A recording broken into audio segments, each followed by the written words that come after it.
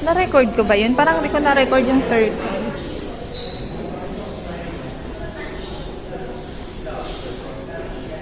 Yan.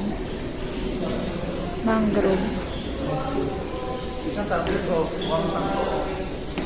Ayan, ayan. Itong shell, marami nito sa amin, mga ganito. Ba't ibang shells?